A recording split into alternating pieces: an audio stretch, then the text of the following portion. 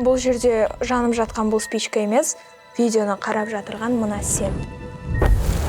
Скорее всего, сен қазір ұбытыға уайымның, достармен, отбасымен қарым-қатынас, мектептегі қысым, госэкзамендер, бәрін араласу нәтижесінде выгоранияға ұшырадың. Бірақ ол стресс кейін депрессияға айналып кетпес үшін уақытылы тоқтатылу керек. Бұл видеода сені выгораниядан құтқаратын топ 5 әрекетпен бөлісетін боламын.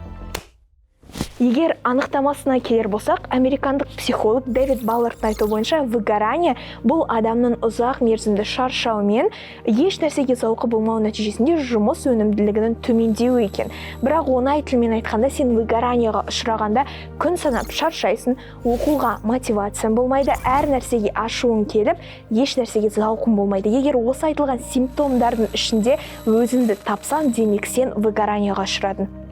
Қуантатыны оны жеңіп шығуға болады. Біріншіден, өзіне шамадан тыс көп жүктемені артпау арқылы. Түсінем, сен жетістікке жеткің келеді, бірақ әр жетістік бұл уақытты талап ететін нәрсе екенін түсінуіміз керек. Допустим, сен бір жылға мақсатыңды жазып алдың, и оның ішіндегі бір мақсат ұбытудан 130 ұпай алу болсын. Бірақ оған сен бір айда жете алмайсың. Яғни А нүктен 60 балл болса, өзіне бұл нәтижеге жету үшін 6-7 ай беруің керек. Және аз-аздан үздіксіз әрекет арқылы бұл нәтижеге жете алатынды біл.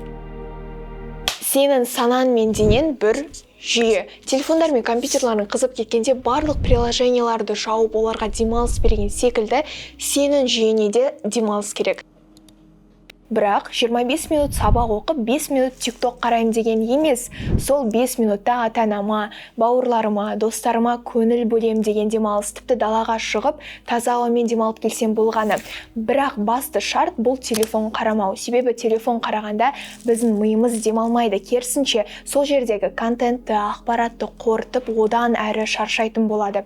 Ал біздің мақсатымыз осы жерімізге сапалы ұйқы мен өнімді демалыс беру. Үшінші, жасау керек әрекеттеріңді реттеп қой. Бір күндік, айлық, тіпті жылдық жоспарларында миында ұстама. По-любому бір бөлігін ұмытып қаласын. Лучше телефонды ашып, заметкеге жазып қой, немесе Google календарь, Notion, To-do list сияқты бағдарламаларды қолдан. Басты мақсатымыз күніміздің организованны өтуін ұйымдастыруымыз керек. Жақында біз офис тур түсірген болатынбыз. Сол жерде Дамир ағай өзінің күнін Эйзенхауэр матрицасын қолданып, қалай ұйымдастыратынын айтқан болатын. Қазір сол жағымда ссылкасы шығады, сонымен өтіп көріп келсеңдер болады. Төртіншісі бұл детокс жасау. Жоқ, бұл тамақ жемей қалу дегенді білдірмейді. Ақпараттық детокс, яғни Instagram, TikTok, Telegram сияқты әлеуметтік желілерге кіретін уақытымызды шектейміз. Бірақ осы жерде басты айтатын нәрсе, сразу 0 минут немесе 5 минутқа шектемейміз. 1 сағаттан бастаймыз, кейін 30 минут солай ары қарай азайта береміз. Бұл мен онлайн курсында оқып жүргенде кураторымның үйреткен әдісі еді. Сол нәтижесінде концентрациям артты біріншіден, екіншіден мен уақытымды тиімдірек қолдана бастадым. Мәселен, мен Инстаграмдағы уақытымды 30 минутқа шектеу арқылы тіпті кімнің контентімен миымды нәрлендіргім келетінін өзім осознанно таңдай бастадым. Себебі 30 минутта сен тек өзің көргің келетін адамдардың контентін көріп үлгергің келеді. Нәтижесінде артық уведомлениялар келген сайын телефонға назар бөлмей, сабағыңды зейінмен оқисың. Бесіншісі, өзің прогресс көрсеткің келетін хобби түрін тап. Ол ән айту, би билеу, шахмат, сурет салу болсын, өз еркінде. Бірақ бұл жерде басты шарт кино қарау мен видео ойындар ойнау активті хоббилер қатарына жатпайды.